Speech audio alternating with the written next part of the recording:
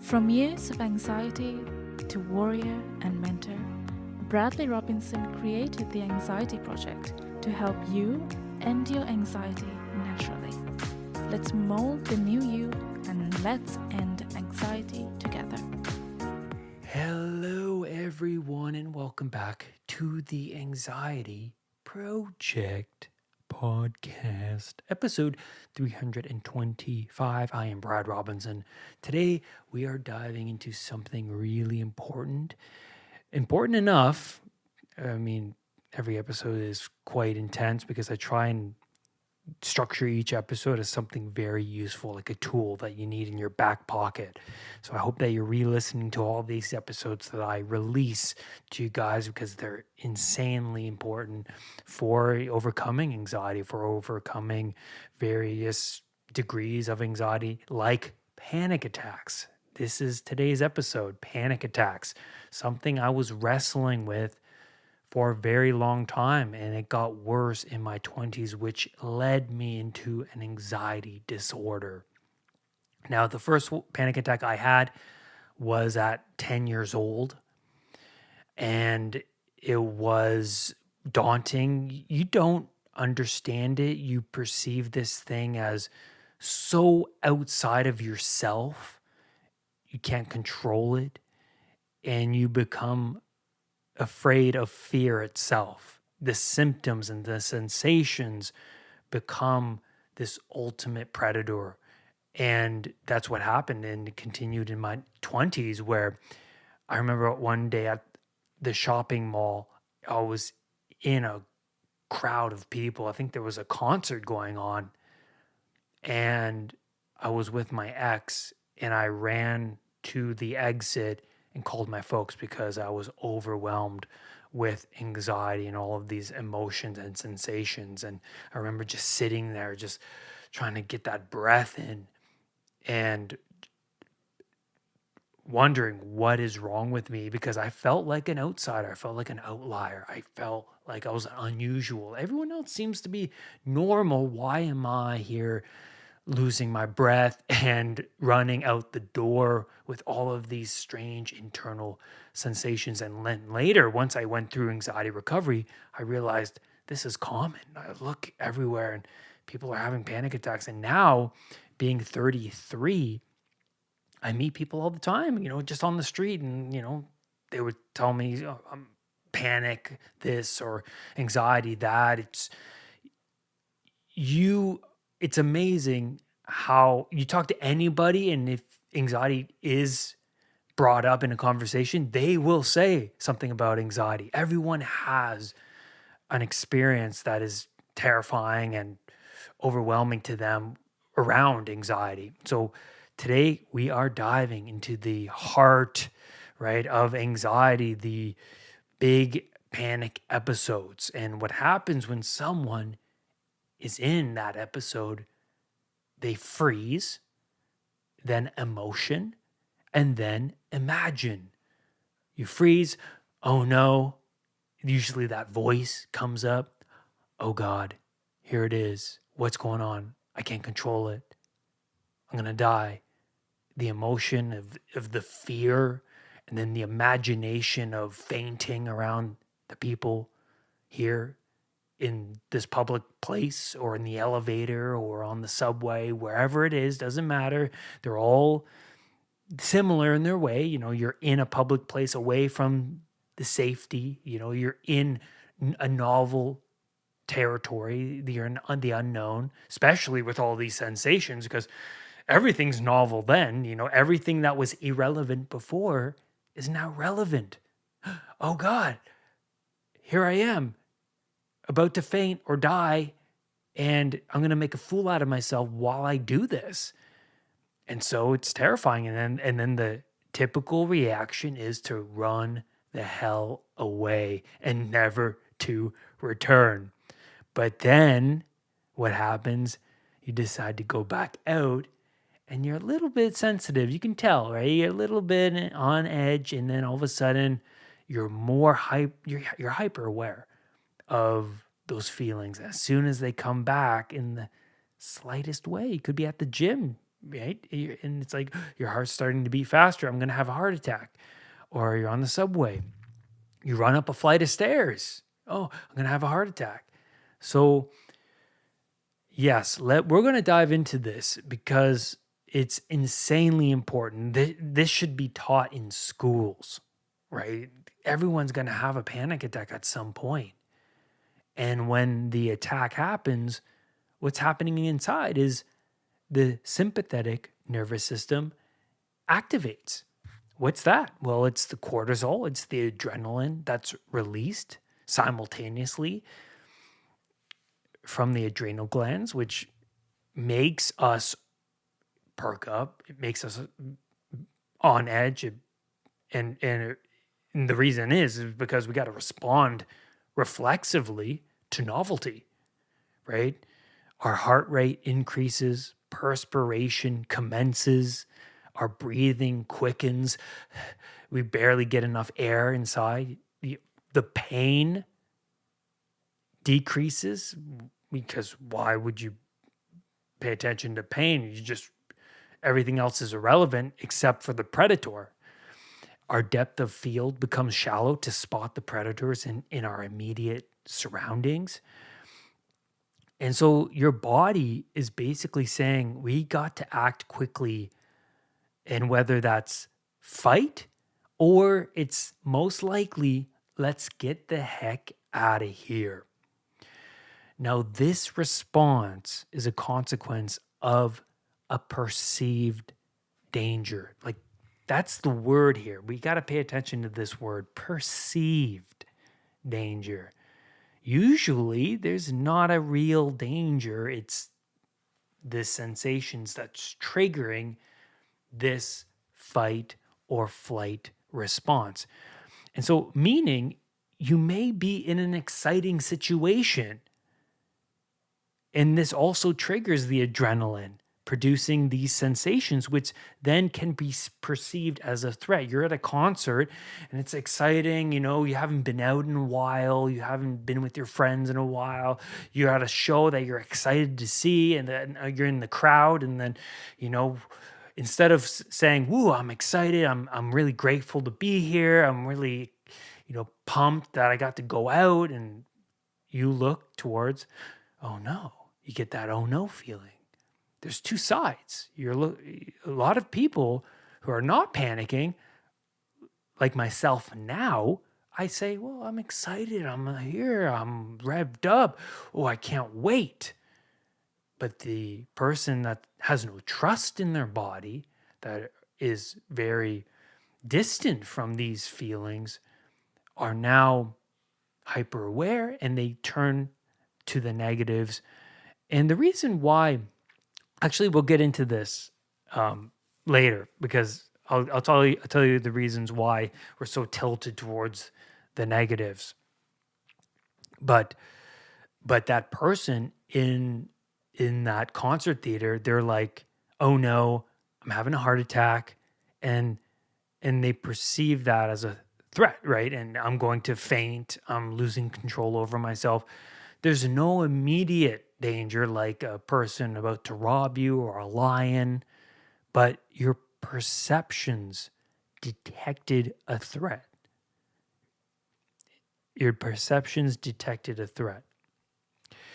The brain operates by connections. It operates by patterns. It's a pattern detector. How you've dealt with certain novelty before determines the outcome right now. That's huge. The insecurity of certain sensations will then reemerge when something triggers them again. It could be an exciting concert experience, or it could be something like a job interview or something more stressful, everyday things. Your life is very chaotic right now, and you go to the shopping mall and you're already overwhelmed by entering the mall, and then you're there, and then you start to panic because everything is looming over you, every snake in your life. And so think of a garden that is overgrown, a garden that is littered with wrappers, it's littered with pop cans, it's infested with bugs, it's overwatered. Oh my God, just think about that in your mind. It gets you a little bit anxious, right? And that's the state of most people's minds. They haven't dealt with the traumas of their past. Their present is a complete mess. It's everywhere because their apartment is a disaster. Their relationship is a disaster. They're overweight. They're addicted to many things in their life. The unpaid bills, the lack of work, or maybe they're in a terrible job, and their future is uncertain. So their past is full of traumas, their present is all chaotic, and their future is, I don't know where I'm going, I don't know where I'm headed. So every day is filled with negative emotion because there are obstacles at every turn, right? So Peterson says, and I love this, negative emotion is when an obstacle presents itself in your goal-directed behavior.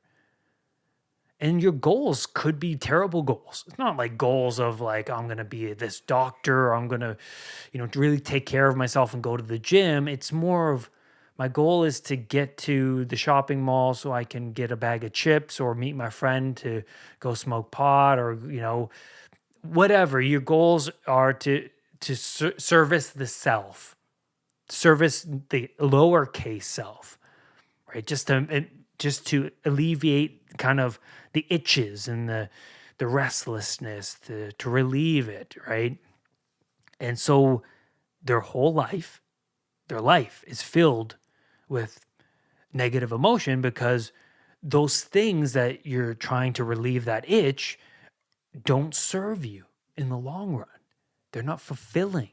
They're making you crave even more. They're making you even more restless. You're trying now to cover up the lack of meaning in your life with all of these things. And that's what happened in my 20s is I was covering up this sense of lack because I thought these things were the most fulfilling things. I was serving these as a deity. I was worshiping these things as a god. And this god did not have my best interests. Rather, they were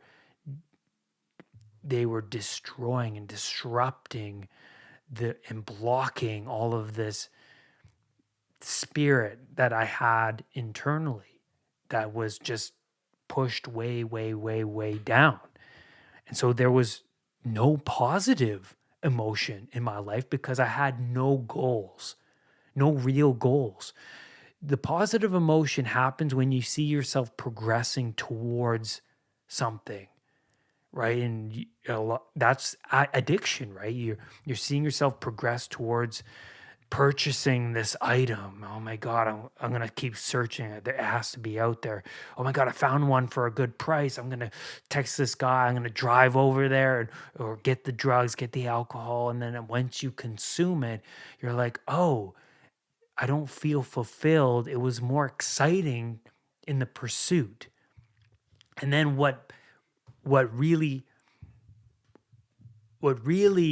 helps people overcome addiction is the pursuit of something else, which is more worthwhile. It's like the bread of life. What's the bread of life? What's going to satisfy you at all of these itches? What's going to really do that for you in proper sacrifice, right? So sacrificing the alcohol because you realize that it's mostly this pursuit. And when you attain it, it's actually making things worse for you. And so why I'm saying this is because the people that wind up to have panic attacks have no goals. They are putting band-aids on deeper issues like the itch and the restlessness and the lack of meaning. They're putting things like alcohol, pornography, sex, and video games on a pedestal and treating them like deities and worshiping them, because what you pay attention to the most every day determines what you worship, what you value. And so you're valuing these things, but at the end of the day, it's only creating an itch that that's ever so dominant, because then you are, what would you say? You are ignoring the good. You're getting restless around family. You're not paying attention to the sacred times of your day. You're not treating yourself like you're someone you care about, or treating others like they matter. Rather, you're serving you and you're looking inwards. And what happens when you continuously look inwards towards the self is more negative emotion, because it's not about you. It's about something greater than yourself, something greater. So for me, when I was serving all of these internal deities, I, well, my life became more chaotic, because my internal system was just trying to keep up with the junk food, with the weed withdrawal, with the alcohol withdrawal. Even though I didn't drink that much, I still drank occasionally. And and at this point, every novel thing crippled me. Think about that. My glass was overflowing with emotion every day because I was not pursuing a a job. I was not pursuing a healthy relationship. I was not pursuing anything better for myself, whether that was a better diet or exercise routine. There was no routine. So I was scattered. And anxiety is too many pathways in front of you, too many directions. It's like when you lay out 100 different outfits for your child to wear to go to school, it just makes them more anxious. But if you put 3 outfits in front of them, they don't feel as anxious because there's just 3 options. Perfect. We don't want too many options. It just overwhelms us. So I remember the catalyst to my series of panic attacks in my 20s. I was at the art gallery with Maggie. We were just starting to date at the time, and my life was chaotic at the time. I was wrestling with a lot of addiction issues, and I was at this gallery, I was walking around with her, and then I immediately checked inwards because I felt like I was losing control over myself. Now, the panic attack is like the tip of the iceberg, I would say. Everything below the iceberg was everything else going on in my life. The weed withdrawal because I wasn't smoking that day, or probably I did smoke. And, that contributed to my anxiety too. So it was all of these things under the surface: diet, lifestyle choices. But then at the gallery, you don't, because all of that was normal. That was just the normal of me. So at the gallery, I'm not thinking, oh, my lifestyle choices contributed to my anxiety attack. When you're in the moment, you're like, oh God, I'm having a panic attack. I don't know what to do. I'm losing control. So I ran out of the room because I thought I was going to faint and have a heart attack. And then eventually security was called. Maggie got the security because she thought something was wrong with my health. And I was just on the couch, just trying to catch my breath, afraid to get up. I was embarrassed because, some people were looking at me. I had to put my head on her lap because I felt like I felt faint, and then I didn't want to get up. And when I got up, I felt overwhelmed, and I ran out of the room, and I called my folks, and I was pacing back and forth, and my adrenaline was through the roof, and I didn't know what was going on. I did not know anything that was going on. I just thought, oh God, this is a nightmare. I'm going to faint. I'm going to die here. So you don't think, oh, it's a panic attack. You're just running around. And there was no competence within me in dealing with the unknown. Let me repeat that. There was no competence within me in dealing with this unknown. No trust in myself, no confidence in myself. I was weak and vulnerable. And David Goggins says it best. He says, life will attack you at your most weakest. And if a lot of you is weak, life is going to cripple you. Life is going to cripple you. Think about that. You have to build confidence and competence. I want to talk also about piloerection. Piloerection is when the hairs stand up on your arm, goosebumps. You hear a piece of music, oh, you're in the moment. Oh, this is perfect. And you're driving and the music reaches a certain point, a height, and you're like, oh my God, and you're thinking about something in your head and it connects with the music. Everything aligns.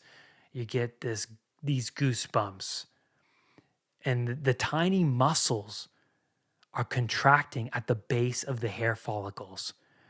You see something beautiful, something outside your understanding. In animals, this same reflex makes them appear larger to deter predators. Think about that. The cat stands up and makes itself look bigger to shoo away. The same reflex. Same reflex. In humans, it's this sense of awe, right? You see something outside of you. Even a dog does that to you, like a dog that you're afraid of or whatever it is, something predatory. It creates this sense of awe, right? And this piloerection occurs when we come into contact with something beyond our understanding, but also more importantly, it's larger than life.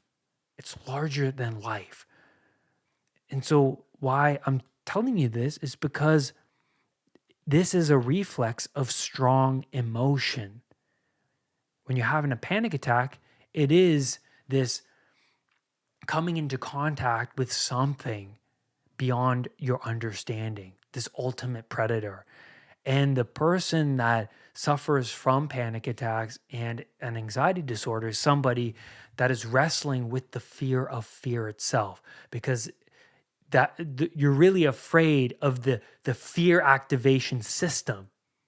That's what it means, right?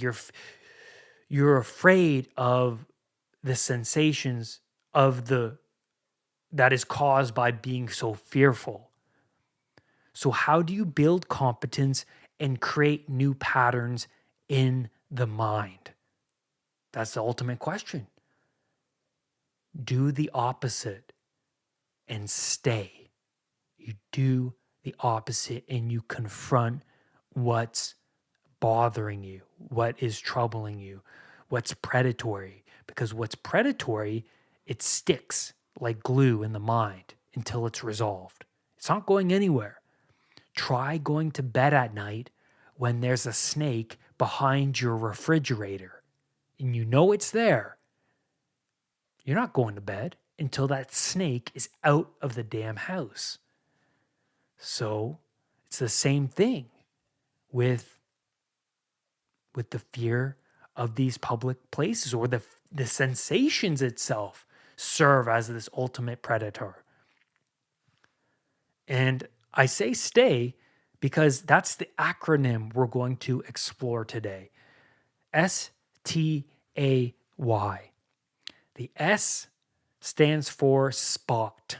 This is what you need to do. This acronym will help you in those anxiety situations, right? Spot. What does that mean? Spot it. Oh, I'm having a panic attack. So you're just telling the truth, right? Oh my God, I'm panicking. I'm freaking out right now. I'm losing a grip over myself. Okay, good, perfect. You're noticing that things are, not good right now. You're spotting it. The next one is T, think. So now, instead of thinking, oh God, it's going to kill me, I got to get out of here, I'm going to embarrass myself, I'm going to faint, I'm going to throw up, this and that, you think something else instead, because there's always another side of the story where, you know what? If it kills me, let it kill me. Let it kill me. This is a challenge. This is an opportunity to face the dragon. So you're challenging the old frame of the self, the one that's afraid of this and runs away. You know now that you are the hero of your own story, and now you're changing the story right now. You're saying, you know what, I'm going to stay. I'm going to ride this wave. I'm going to face this, because if I run away, the fear only gets bigger. You now know this. So there's no excuse not to do it now. So you know, you can't go back to your old ways of running away, staying at home. Now you know that you're only going to make the dragon grow even bigger by avoiding. So if it kills me, let it kill me. This is a challenge. This is an opportunity. Perfect. You're telling yourself a different story. So you would rather die than remain a scared rabbit who's enclosed in their home, who's dependent upon their relatives and drugs, alcohol, whatever. Now you'd rather die than remain that person. I know this is difficult too, by the way, but this is something I did. And if I can do it, and I was a scared, very scared, timid person back then.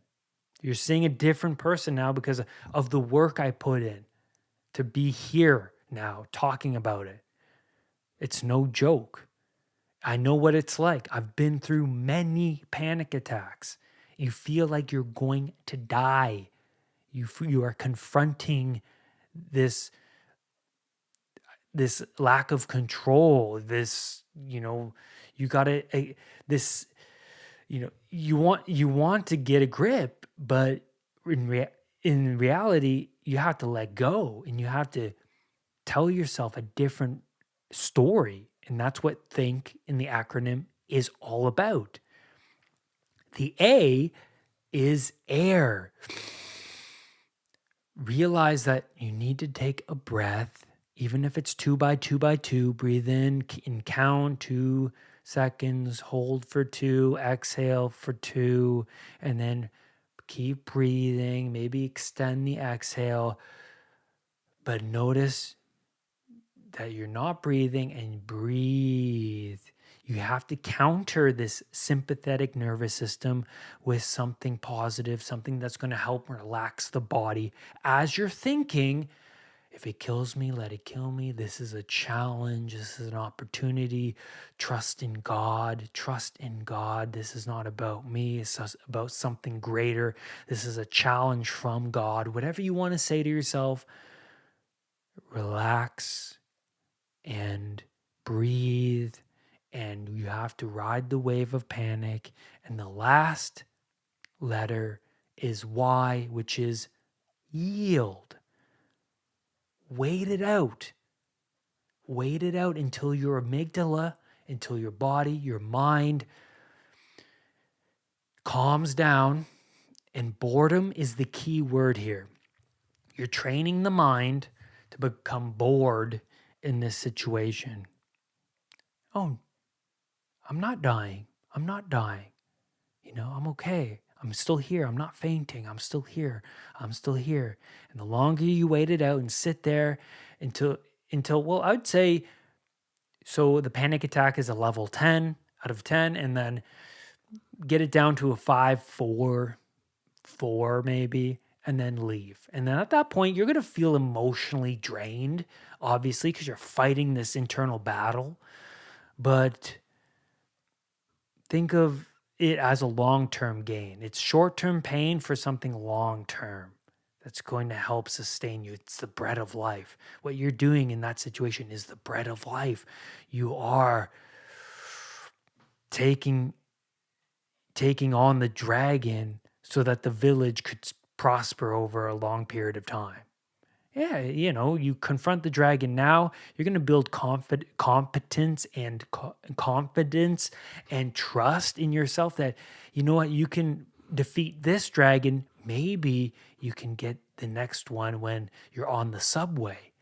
And I want you to replay this whole episode again, but keep in mind this important point. Once you become bored of a panicky situation, say at the mall, your bravery, it bleeds out into all other fearful experiences. You start to become braver in every other domain area of your life. That's incredible. That's incredible. So if you're wondering, where do I start with this? What fear do I pick one? Pick one and just focus all of your attention and aim towards that. So if you fear going to that shopping mall, go and practice stay. STAY. And I'm telling you, you will build this competence and trust in yourself over time, and the bravery will increase and the fear won't seem as intimidating, and you will be the hero of your own story.